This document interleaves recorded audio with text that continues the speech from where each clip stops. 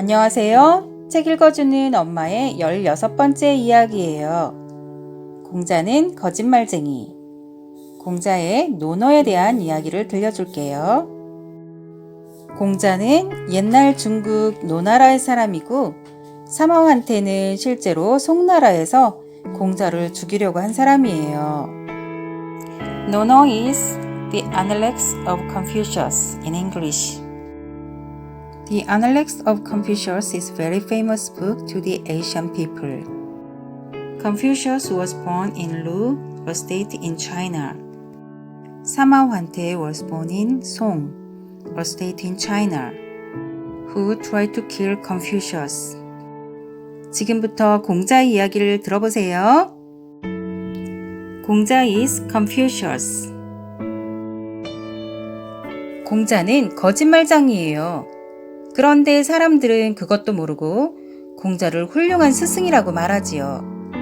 착한 내 동생마저 공자에게 속아 그의 제자가 되어버렸어요.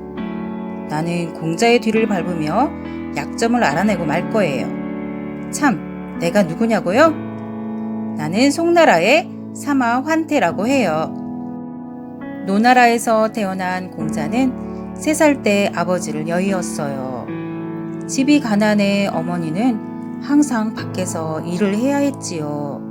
어린 공자는 어머니를 따라다니면서 다른 사람들을 배려하는 마음과 예절을 배웠대요.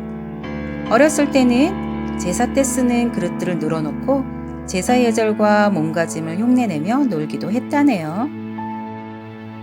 공자는 오늘도 입버릇처럼 이런 말을 했어요. 배우고 날마다 익히면 기쁘지 않은가? 공자는 스스로 배우고 익혀 학문을 넓혔어요. 그래서 30살에는 남에게 의지하지 않았고 40살에는 갈팡질팡 헤매는 일이 없었지요. 공자는 놀기 좋아하고 낮잠만 자는 제자들을 야단치고 열심히 공부하지 않는 제자들에게는 가르침도 주지 않았어요. 내가 보기엔 제자를 위하는 마음이 없는 듯해요. 공자는 또 이런 말을 했어요. 나라들이 앞다투어 군대를 키우고 백성을 전쟁터로 내보는데 신하들은 자기 배만 채우는구나.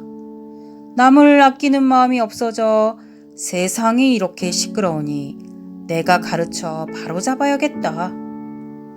어떻게 세상 사람들을 혼자서 가르칠 수 있지요? 공자는 허풍쟁이가 틀림없어요. 공자는 제자들에게 지나치게 많은 것을 가르쳤어요. 집 안에서는 부모님께 효도하고 밖에 나가서는 어른들을 공경하며 몸가짐이나 말을 조심하고 모든 사람들을 사랑하되 진실한 사람을 가까이 하여라. 그리고 틈틈이 글 공부를 하여 지식을 쌓아야 한다. 하나를 지키기도 어려운데 공자는 정말 욕심쟁이지요? 공자는 늘 사람다운 것에 대해 가르쳤어요. 그런데 말할 때마다 달랐지요. 내가 하고 싶지 않은 것을 남에게도 시키지 않는 것이다 라고 했다가 또 어느 날은 남을 아껴주는 것이다 라고 말했거든요. 참으로 아리송하지요? 이건 공자도 잘 모른다는 뜻이 분명해요. 그런데도 제자들에게 사람답지 못하다고 야단치기 일쑤였지요. 공자는 나라를 다스리는 것에 대해서도 가르쳤어요. 임금은 임금답게 신하를 잘 대하고 신하는 신하답게 임금을 잘 모시고 부모는 부모답게 자식을 잘 대하고 자식은 자식답게 부모를 잘 모셔야 나라가 잘 되는 것이다. 그런데 공자의 가르침에는 강한 나라를 만드는 방법은 없어요. 그러니 나라에서도 공자에게 벼슬을 주지 않는 거예요. 벼슬은 나랏일을 맡아 다스리는 자리예요. 공자도 노나라에서 벼슬을 한 적이 있어요. 그때 이웃한 제나라가 잘 지내자며 아름다운 아가씨들을 뽑아 만든 악단을 노나라로 보냈어요. 사실은 제나라가 노나라를 망하게 하려고 꾸민 일이었지요. 공자는 이 사실을 먼저 알아채고 악단을 받아들여선 안 된다고 했어요. 하지만 노나라는 얼씨구나 하고 악단을 받아들였지요. 공자는 그 길로 벼슬을 그만두고 노나라를 떠났어요. 자기 마음에 들지 않는다고 벼슬을 버리다니 정말 제멋대로예요. 제 나라도 옛날에 지금 중국 땅에 있었던 나라예요. 어느 날 밤이었어요. 불이야! 불! 마국간에서 불이 났어요. 그곳에는 공자가 무척 아끼는 말이 있었지요. 제자들은 그 말이 다칠까봐 열심히 불을 껐어요. 그런데 뒤늦게 나타난 공자가 이렇게 말하는 거예요. 다친 사람은 없느냐? 아끼는 말이라고 하면서 돌봐지도 않다니 정말 너무하지요? 공자는 남을 아껴주는 것도 순서가 있다고 했어요. 부모와 형제처럼 가까운 사람부터 배려해야 된다는 거예요. 그래서 공자는 효도를 무척 중요하게 여겼지요. 부모님이 걱정하지 않도록 멀리 나가 놀지 말아라.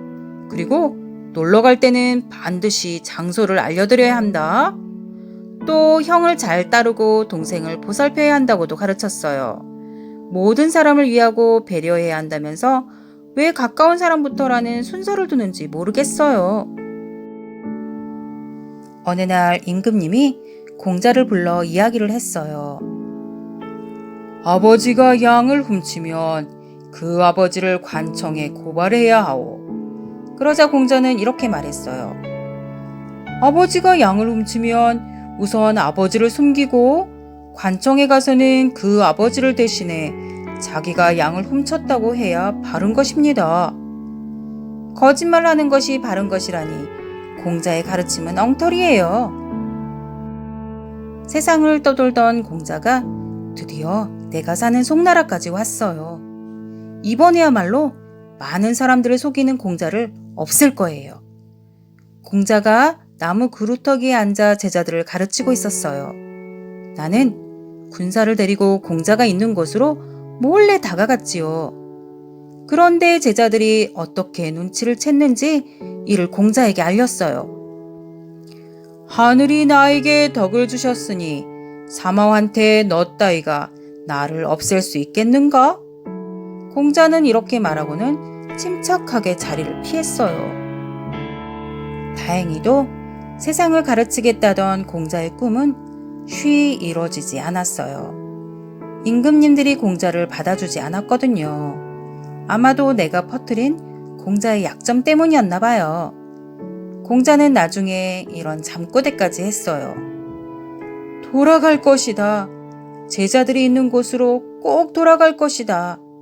마침내 공자는 바람대로 노나라로 돌아가게 되었어요. 공자는 남은 삶을 제자들을 가르치며 보냈어요. 공자를 따르는 제자는 3,000명이나 되었어요. 남을 아끼며 살아야 한다는 공자의 가르침을 제자들은 믿고 따랐지요. 요즘 사람들도 나보다 공자가 더 옳다고 믿고 있어요. 모두들 내가 훌륭한 공자를 죽이려 한 나쁜 사람이래요. 정말이지 이해할 수 없어요. 공자의 가르침이 그렇게 훌륭한 건가요? 네, 맞아요. 공자의 가르침은 정말 훌륭한 것 같아요. 그리고 사마한테는 정말 나쁜 사람이죠. 논어는 의논하고 정리하여 책을 쓴다라는 뜻의 공자와 제자들의 말과 행동을 기록한 책이에요. 공자는 제자들에게 사람다움에 대해서 가르쳤어요. 사람다움이란 우선 서로 아껴주는 것이라고 했고 또 남을 이해하고 배려하는 것이라고도 했어요. 예법에 맞게 살아야 되고 가까운 부모 형제부터 아껴주고 공경해야 된다고 가르쳤지요. 서로 아끼고 배려하며 조화롭게 사는 삶이 진정으로 사람답게 사는 것 같아요. 감사합니다. 다음에 또 만나요. 안녕.